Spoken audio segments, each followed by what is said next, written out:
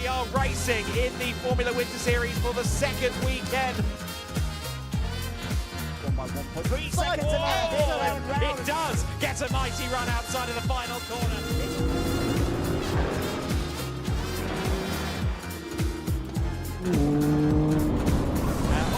Danny Sufi loses it into the first corner. We are underway and racing in the GT Winter Series, but already.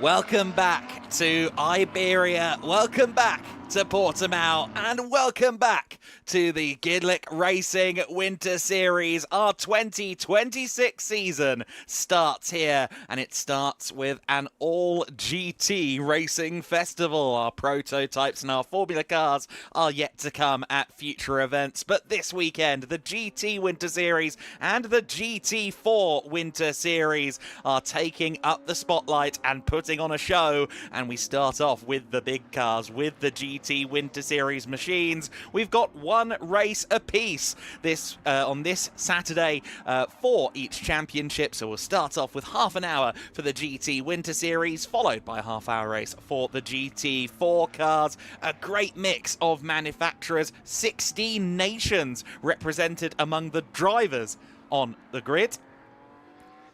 The cars are rolling out onto the pit lane at the moment. Here we are at the Autódromo Internacional do Algarve, and this is our first part of the day. Welcome along, everybody. As you can see, the cars keep on coming from pit lane down onto the track. And we are expecting 29 to take the start here in our first GT Winter Series race of the season. Myself, Adam Weller, here in the commentary box, once again joined by the esteemed Andy McEwen down in the pits and on the grid, of course, will once again be Izzy Browning. First to you, though, Andy. Welcome back. Are you ready? I think so, yes. Thank you for having me. Very, very excited to be back for, in a way, my third year of GEDLICH Winter Series racing, but sticking out right to the end of the season this time. Really looking forward to seeing how these championships develop over the course of the 5 rounds. And yeah, very, very grateful to be here enjoying the very pleasantly mild conditions that we've had so far today. Bit of rain this morning. The track is largely dry, I think, though, as we head into the race. But as you can see there, later in the afternoon, there is a chance of some more rain, potentially from 3 o'clock onwards. So could well affect maybe the GT4 race later on. But for now, track conditions expected to improve by the minute.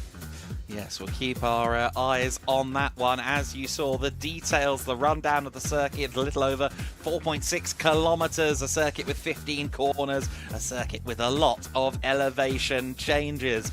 Not that drivers lean into cliches ever, but they all say the same two things: roller coaster and then up and down. Those are the two main descriptors for this venue, but it's very apropos. This is a circuit that really does highlight the challenge of dipping down into crests and up rises, and we've seen that before. Loss of traction, just coming over the crest of a hill and then just losing the rear end, even in dry conditions. So in these slippery conditions, it is going to be tricky for everybody. You can see on this shot, looking down to the main straight, that there are almost dry patches on the racing line, but it's still damp out there. And this point where it's damp, but you can't really lean into the slicks yet, this is the bit that the drivers all hate. Although, I say that, I look at this shot of turn 3 and I think to myself, I'd maybe stick slicks on the car. But that is an awful lot easier to say from the comfort of our commentary box than out there in one of these cars. But I do tend to agree with you. I think slicks, from what we're seeing so far, have to be the way forward. But it will be definitely a little bit treacherous in the opening laps. There at the final turn, for example, the darker tarmac, the damper stuff, is right on the inside, right on the racing line. So, you know, these cars, particularly the GT3 cars, they have quite a lot in the way of electronic driver aids that can be used. They're not generally an on-off switch, though. So what setting exactly they put them on is down to driver preference. Regardless, though, it does look a little bit treacherous, I suspect. It does indeed, and there's an important car leaving the pit lane. This is the number 11 machine from SR Motorsport by Schnitzelalm Racing. This is the defending GT3 champion car, and of course Kenneth Heyer is back once again at the wheel for this race, and he's joined by Jamo Hartling. Now actually, Heyer and Hartling were the 2024 overall champions. Of course, Heyer along with Moritz Viskirchen won the GT3 class in 2025, and we'll be looking to do that at a bare minimum, as well as challenge for the overall GT Win Series title here in 2026. So the last one out of the blocks in terms of getting out of the pit lane, certainly not expected to be last in any of the races this year. Front runner once again, no doubt, Kenneth Heyer, celebrating his 16th year now with Mercedes-AMG and their customer racing program. It is going to be a short and sharp half-hour race, and it's a grid loaded with quality. It's the biggest ever GT3 class grid in the GT Winter Series, with 15 cars listed on the entry, and I believe we do still have all of them. And what an interesting front row, a front row of juxtapositions, V8 versus V10, mid-engine versus front engine, and the driver on pole is Keanu Bloom in the Haupt Racing team, Ford Mustang GT3. Keanu Bloom will be looking to hold off Arūnas Gakauskas in the early stages of the race. Yuta Racing versus Haupt Racing then on the front row of the grid, and then we get back to row 2, where there's yet more V10 representation from 4th position, or from 3rd position I should say, from Jonas Karklis in the Team Engstler Lamborghini Huracan GT3, and then Olymp Racing's Christian Korzynowski set to start 4th in the Ferrari 296 GT3. Exciting times ahead then, as this race is not far away at all, Andy, and we've been waiting a long time for this, and we can now, for the first time all season, go down to Izzy Browning. Hi Izzy, how's it going down there? Yes, hello boys, hello everyone. Welcome down to the grid for the first time in the 2026 Winter Series, and we have got an exciting series coming up for you. As we did last year, here is the look down to turn 1. Cars are already on the grid, a couple of cars just now rolling in for the last couple of rows, but we are going to go and have a chat to some drivers. And as Adam and Andy have already spoken about, our pole sitter here alongside me, the number 64 of Keanu Bloom. This is the first time we see the Mustang GT3 in the GT Winter Series, and it's also the first time that he will be racing it. Can I grab a chat with Keanu? Can I jump in and grab a chat? Is that all right? I'm going to open the door then. There we go. Keanu, great to see you. Welcome to the Winter Series. I mean, a first race in the GT3 for you, and you're starting on pole position. What a great way to start. Yes, so that's how you want to start the season, of course. We have been working very hard for the winter, and to start off the season like this is, I think, amazing. How difficult is it going to be to convert this win? I mean, obviously everyone around you on slicks, the track is now dry, but this morning qualifying was in the wet, so different conditions for you today. Yes, so it's the first time now on a slick tire, so everyone is on a new stand. It will be quite interesting, but I think the track will dry up quite quickly, and it's going to be a fun race for sure. And you've got our onboard cameras, so make things interesting for us out there.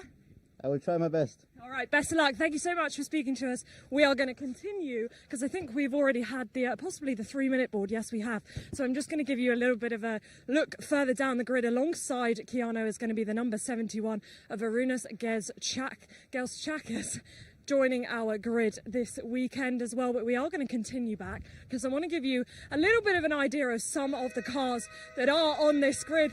In fact, not enough time, because the first race is coming up now.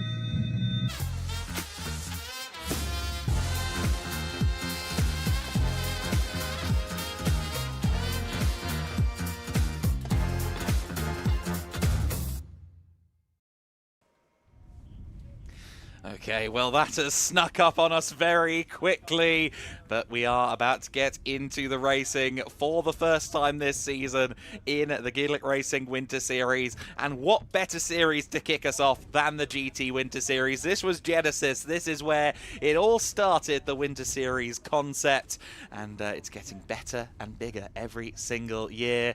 A huge quantity of GT3 cars on this grid, but a few very interesting additional entries peppered in through the Cup cars and the other classes as well. They will roll in just a moment behind the official safety car of the GEDLICH Racing Winter Series. For the first time, we've got our own bespoke car there.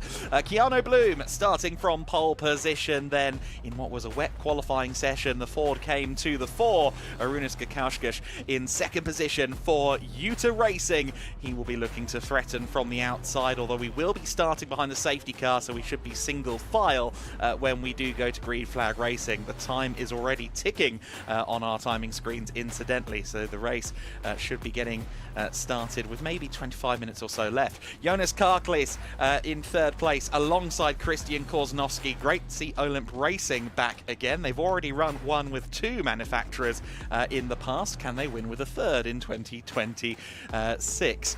Some good Meta-inspired backwards driving going on from our safety car crews, but we'll get to that in a moment. And I think we're just having to reset the timing screen. I think we've maybe jumped the gun slightly there in the safety car, which is why we have to wait now for the grid read.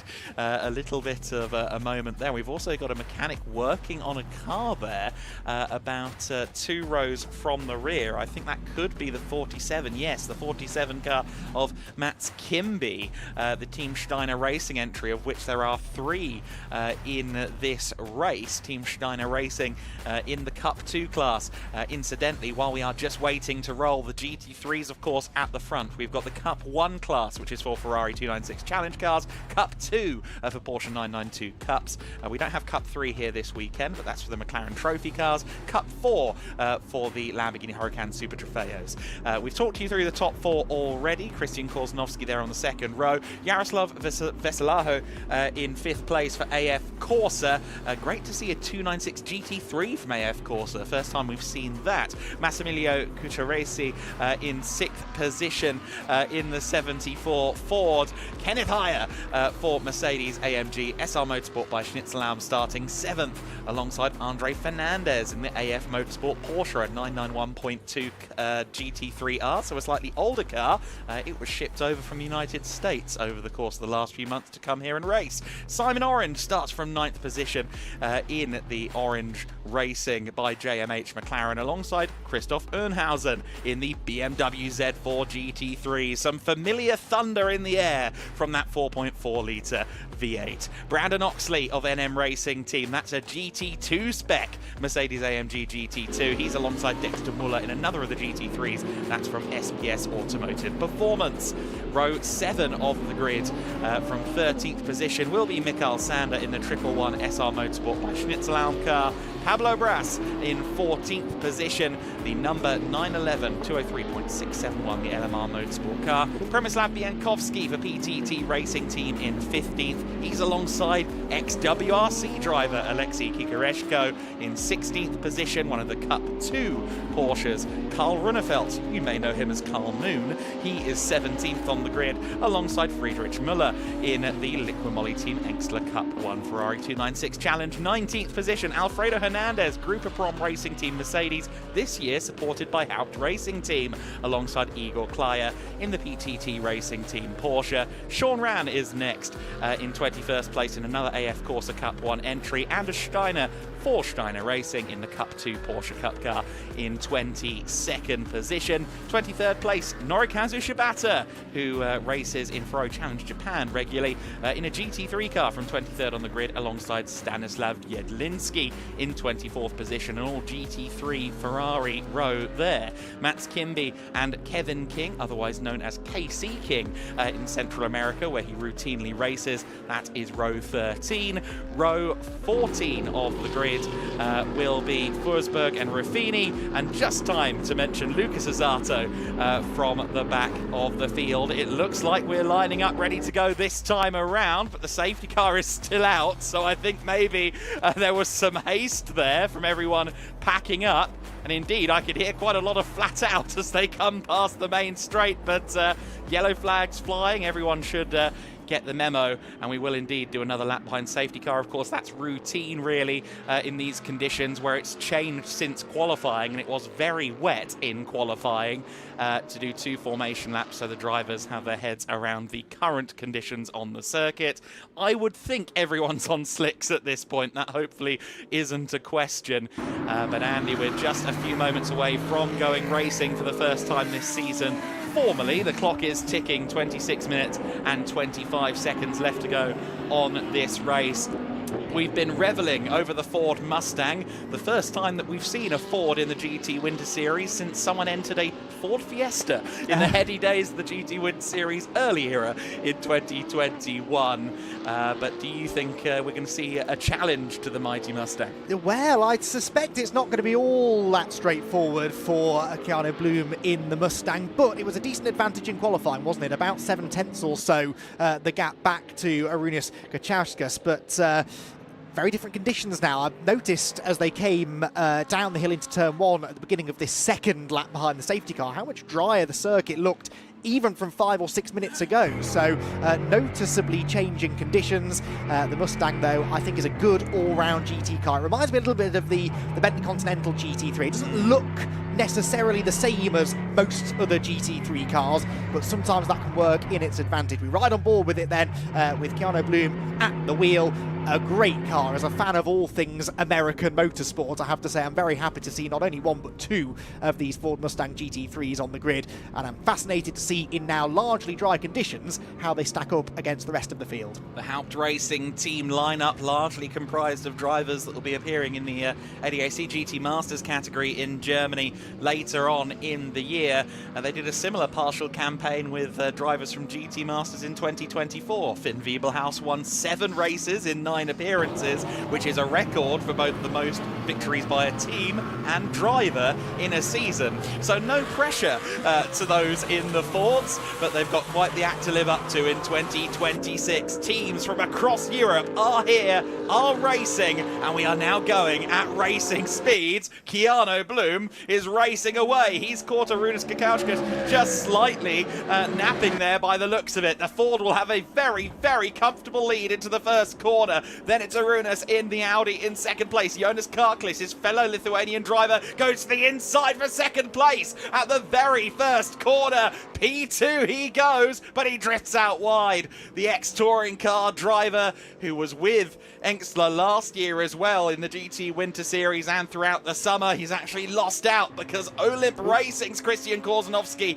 has made up a place. The 88 car has had a spin as well. Not the start we wanted there for the 88. I think one of the Ferrari Challenge cars was involved there as well. A couple of cars getting caught out at turn 1. Looks like Brandon Oxley is on the move in the GT2 spec Mercedes AMG, which we can see there through the windscreen of the 67. We ride on board with Simon Orange, who's just behind Andre Fernandez. And I think there may have been a little contact there as Christian Korzanowski went around the outside for second place. Arūnas Gudžauskas dropped down then to P3, and Korzanowski is on a charge in the early going. Oh, fantastic stuff. But some drivers, I think, just a bit more confidence in these cooler temperatures, damp circuit. You can really see those who were ready to go. In fairness, Gudžauskas was ready to go on the initial start, pulled alongside the pole sitter, forgetting, I think, that it was supposed to be a single file rolling start, and that really played into the hands of Keanu Bloom, who just accelerated away whilst they were all sorting it out behind him,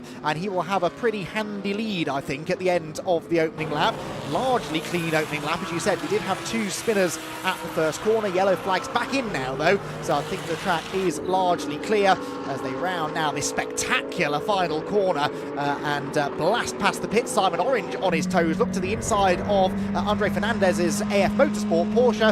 Another place gain. Simon Orange is on it in the early stages. And he wants to focus in on getting all the results he can this year. Simon Orange, along with Marcus Clutton and the Orange Racing by JMH team going for the full season and going for the championship this year. Christoph von Unhausen in the BMW Z4 GT3, having a look to the inside there of Dexter Muller. How great is it to see the Z4 GT3 and indeed hear the Z4 GT3 this weekend? That car will be with us for a couple of rounds this season, running in the GTX class since it's an out of homologation car, so it's not technically in the GT3 category. But as you can see, Christoph doing a great job in amongst it there in the BMW, a driver who had his first race in August. Wow.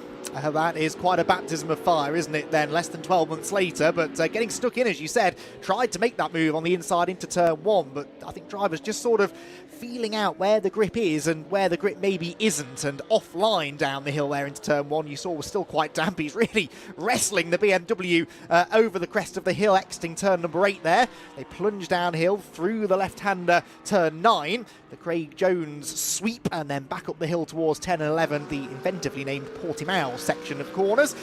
This, I'm going to use the word, roller coaster ride of a circuit is already starting to prove what a challenge it is. Simon, oh, and around has got, oh no, that's a spin for the 19, and that is Jonas Karklis pointing the wrong way. Now, did he jump or was he pushed? There's no obvious damage on the Lamborghini, but it, for now, is going nowhere.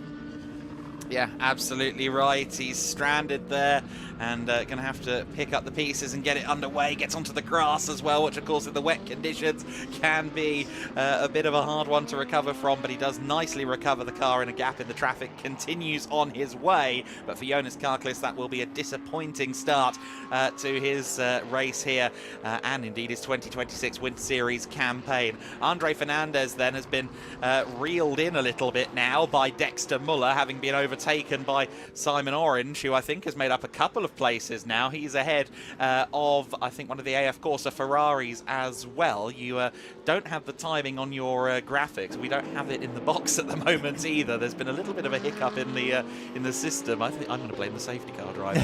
But the 67 of Simon Orange is on the move. That much is for certain. The 67 car just ahead there of the 96, and the other AF Corsa GT3 car, Norikazu Shibata, has had a spin there at turn 1. Looks like he's got through that without any trouble. Now I want to see where Keanu Bloom is in relation to Christian Korzanowski at the front of the field, because Korzanowski had a charging first lap. Of course, Keanu Bloom took that opportunity to start with a 2 to 3 second lead. And Kenneth Heyer is off the circuit. That must be up at around turn 10, turn 11. Kenneth Heyer off the track, and the defending GT3 champions have not had the start to the season that they would want. The car is still rolling. The car is not dug into the gravel, but that is going to be costly, and I had a feeling Korzanowski wouldn't be far away from our leader. Keanu Bloom still leads the race, but Korzanowski is hunting him down. Yeah, the Ferrari, this agile mid-engine car, the big, bulky grunt-and-go Ford Mustang, a completely opposite pair of cars,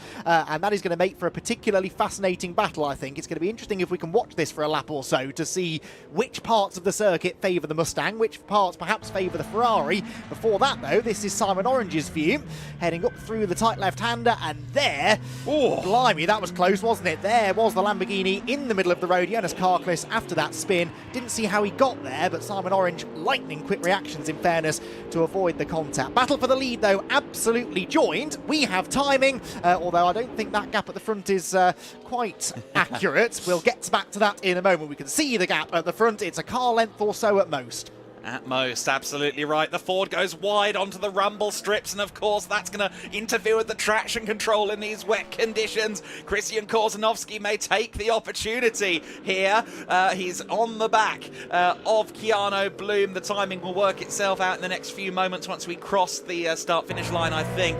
But it is Keanu Bloom at the wheel and in the lead for now. But for how much longer? Because the Olymp Racing Ferrari, the 296 GT3, is on the hunt at the moment. Has a look to the inside there. A little bit tense there if you ask me, but holds on to the lead for now, does Keanu Bloom. Bloom will be watching through those mirrors. Korzanowski will be desperately hoping for an opportunity to present itself. He's sharing a car with Carol Bash. There's been a slight change to the lineups at Olymp Racing, so it's the two pro drivers in the 777. It's going to be a force all weekend long, and will they establish it with a move for the lead at turn 1? Not yet. Korzanowski decides he's too far back, but the menacing Ferrari, he's not going to miss it in the mirrors either, is Keanu Bloom, because it's a little bit day glow. Yes, you can see that car from a long way away. It is not a long way away from the back of the Ford Mustang, though, as they climb the hill through the left-hander at turn 4. Next corner is turn 5. That's a great overtaking opportunity if he's close enough. But actually, through the first few corners, I'd have to say that the race-leading car had a little bit more speed by the looks of it. Keanu Bloom, therefore, didn't have to defend into the braking zone and can maybe just take a moment to catch his breath. He looked like he was on the ropes, didn't he, for the last sort of 3/4 or so of a lap. Stumbles upon a back marker, though. That almost gives an opportunity for the pass to be made, but Korzanowski still not quite close enough to take advantage. Yeah, Ulrich Forsberg there in the Cup 2 Porsche 992 Cup car, just taking it easy in these tricky conditions. I don't blame him, but I think Keanu Bloom might have done a little bit, as Korzanowski now is right on the rear taillights of that Ford Mustang.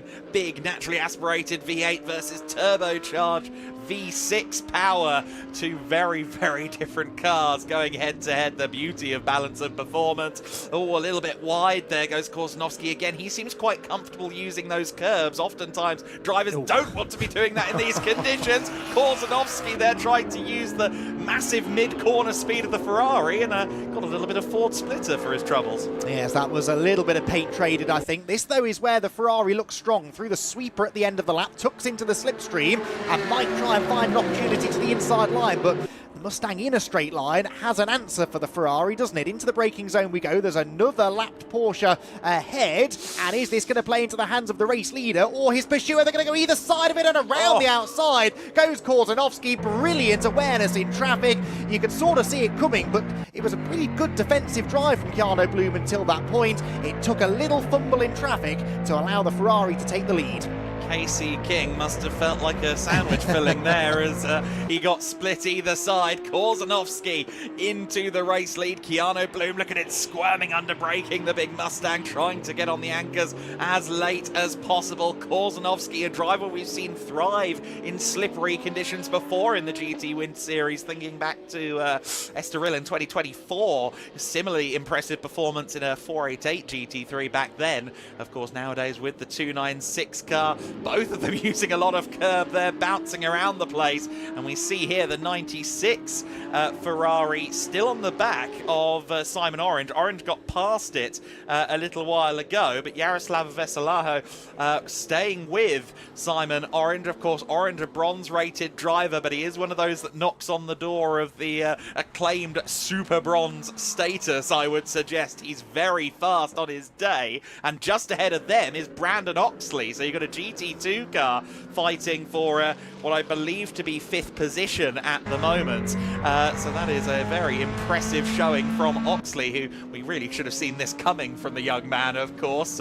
Has a good record in single-seaters and has had some successes in GT4s in recent times, getting to grip with the GT2 very quickly indeed.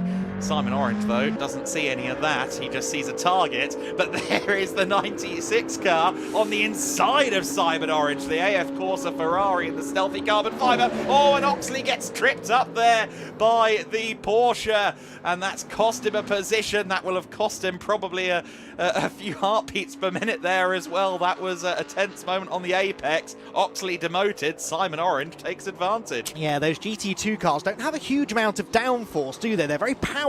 They go well in a straight line, but a combination of a lack of grip and the traffic has really hurt him there and actually cost him another position now as the 96 car does slip through. So Jaroslav Veselaho gaining another position. 2 places lost for Oxley, who is the lone GT2 car in a way, GT2 class car, but there are lots of other cars on this grid that would be eligible to race in GT2 competition around the world. As over the hill we head into the braking zone at turn 5. Another good battle pack here, the 54 car at the helm of this group. Dexter Müller, Mercedes, Porsche and BMW absolutely together. Again, 3 very different cars, but all performing more or less to the same level. Still damp offline there as they head up towards the top end of the circuit. And again, this battle perhaps about to be affected by traffic. Another lapped car to be negotiated ahead. It's worked well for Dexter Mueller at the moment. Lights flashing as they try to work their way through, but there is only really one fully dry line. Everyone wants it. That includes the backmarker cars, and that is continuing to trip the faster runners up. It doesn't lead to a change of position just yet, but Ernhausen definitely looks like he's ready to strike. Yes, he does. So these are two of the older GT3 spec cars on the grid, of course. The 991.2 has, well, been superseded twice at this point, of course, but still a very competitive car. Still a car that is in the GT3 BOP pool for another couple of years as well. So it is running in the GT3 class, and Andre Fernandez using it to good effect at the moment. The timing screen still trying to work itself out, but I think they're around P10 overall in actuality. We're still not quite right on what we see on screen there, but it is Korzanovski in the race lead for the time being at the sharp end of the field in that Ferrari 296 GT3. And among the cup classes, there's been an incident. Sean Ran and Alessio Ruffini colliding with each other. That's the Cup 4 leader getting into it with the driver who was challenging for the Cup 1 lead. So that's suboptimal for both parties. Ruffini still trying to wrestle his way off the grass and now succeeds at doing so. But Karl Runefeld, leading the Cup 1 class incidentally, was just ahead of Sean Ran, and then that collision between Ran and Ruffini has given Karl a bit more freedom in his mirrors. Yeah, Ruffini went for the move on the inside, but didn't really fully commit, did he? He was sort of in the blind spot almost, and we see that kind of clumsy little bit of contact quite a lot at that corner, and yeah, both of them unfortunately losing a fair amount of ground. They've both carried on. The incident has been noted by race control. We'll see whether they elect to dish out any penalties or not. I did notice the team manager of car 47, that was the Team Steiner Racing Porsche, was summoned to race control earlier as well due to the start procedure infringement. 77 off the road. That is Alfredo Hernandez's Mercedes. Quite a few drivers seemingly are really towing the line between success and disaster here, aren't they? Clearly the track conditions are still a tad unpredictable. Yes, they are. It's certainly a little bit tricky in places. A couple of apex where a veneer of standing water still is present, and that's caught out a couple of people on a few occasions. Korzanovski, though, ploughing through about 3 or 4 seconds clear of the actual second place car, that of course being Keanu Bloom in the Mustang. It's displaying as Cucuresi in second, but he's a little bit further back. Simon Orange still under immense scrutiny and immense pressure from the Ferrari 296 GT3 car driven by Yaroslav Veselaho at the moment. The 67 on the defensive line, then the Orange Racing by JMH car taking the inside ground. Smart driving, but a good run there from the Ferrari. Yeah, much better exit speed. The next corner's a left-hander, but then it's two right-handers next up. Can Simon Orange use that to his advantage? No. Already the Ferrari has slipped through, so Simon Orange, about the first time we've seen him dropping down the order this race, tangled down at turn 5, and that's the 111 Mikael Sander car, and it has tangled by the looks of it with that Alfredo Hernandez Mercedes, which has had an entertaining last lap or so.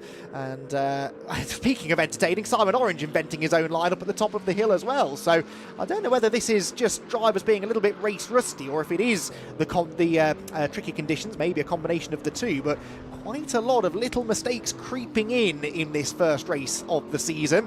It's to be expected, I suppose, but yeah, a couple of them I think will be quite grateful if they can get to the end of this 30-minute race with a car in one piece. It's been a lively affair. It certainly has been, yes. It's been an entertaining motor race, no doubt, and we continue to see that battle on the fringes of the top 10 with the Z4 and the 991.2. I also noticed that Alfredo Hernandez carrying that front end damage. Could be a story to tell there, couldn't there? But we see the Cup 2, the Cup 1 cars intermingling further back in the field as well. That's a recovering Sean Ran. We ride on board with the leading car in the Cup 2 class, running approximately 14th overall.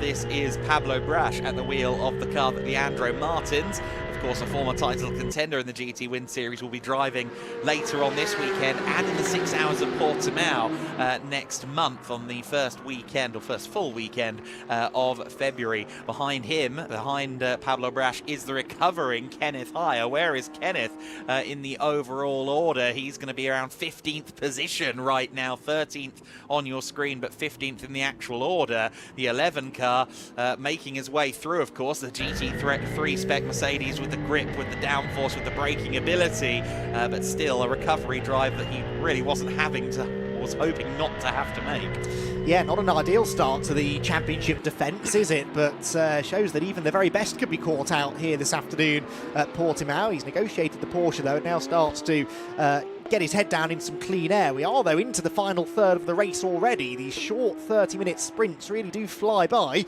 and if you do have an issue early in the race, you've only got limited time then to try and bounce back from that. We're right on board with Keanu Bloom in the Ford Mustang, who we believe is still in second position, but has definitely slipped away from the race-leading Olymp Racing Ferrari of Christian Korzinowski.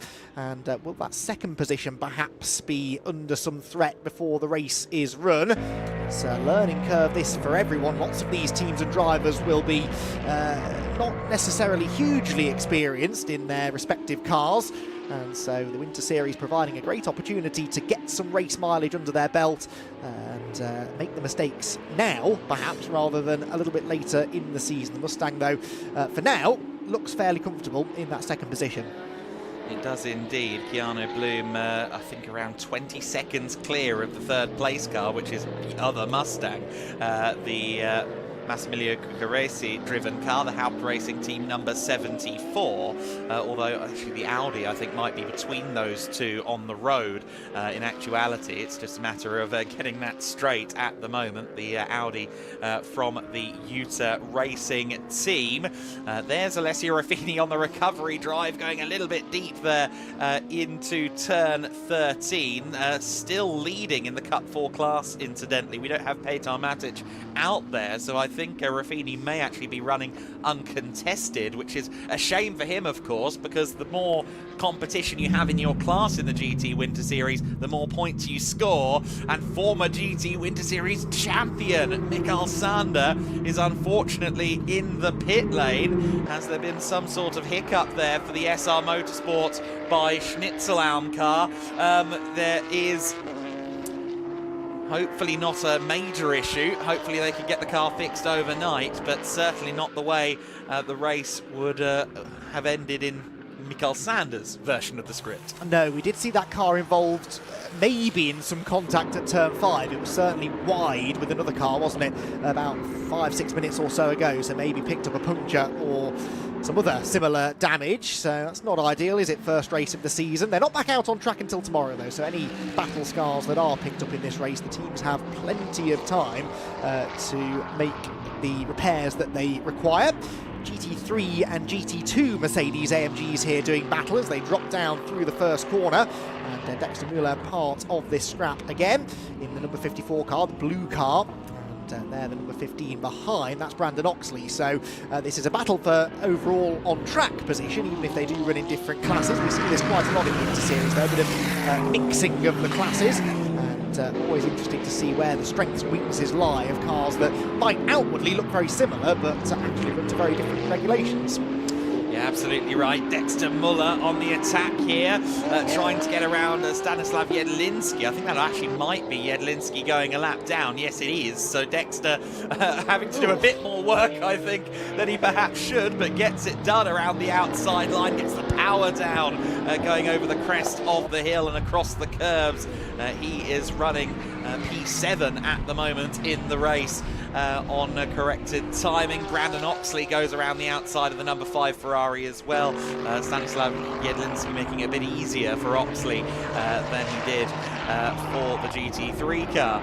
There is the leading the second place Mustang, as it now is, the 64 of Keanu Bloom. It's owed a lap on the timing screen. That's where the confusion is coming in with what I'm saying versus what you're seeing. I think maybe when the race got started-ish at the very start of the race with the safety car reversing, that might be what's happened, but he is certainly running second position in actuality. In third place will be the Audi, about 15 seconds further back from Arunas Kukauskis, and that was big from Alessio Ruffini. A heavy dive there, and this is one of the Steiner racing cars, the 43 machine of Anders Steiner himself, trying to put the fight to Ruffini, but I think lifted out of it eventually, realised that he wasn't going to beat the Lamborghini in an uphill drag race. I think I would have lifted out of that as well if I'd have seen Alessio Ruffini barrelling up the inside of me on a damp track as well there into turn 5. You could see he just couldn't get the car slowed down quite quickly enough, but did eventually manage to take the position. There, though, is your race leader. Brilliant performance this from Christian Korzeniowski. The Olymp Racing Ferrari looked on its toes from the very start, didn't it? It was a big advantage for Keanu Bloom at the beginning of the race, really getting a jump on the start, but Korzeniowski very quickly worked his way through from 4th on the grid to 2nd, and then pretty rapidly chased down the race-leading Ford Mustang as well, and now is comfortably out in front. We're right on board with the 68 car here, very tentative through the final corner, not quite trusting the grip levels still, even at this late stage of the race. And back over the plateau they go, down into the braking zone at 1680, which is the Karl Runnefeld AF Corsa Ferrari. And again, mid-engine car, didn't quite have the front end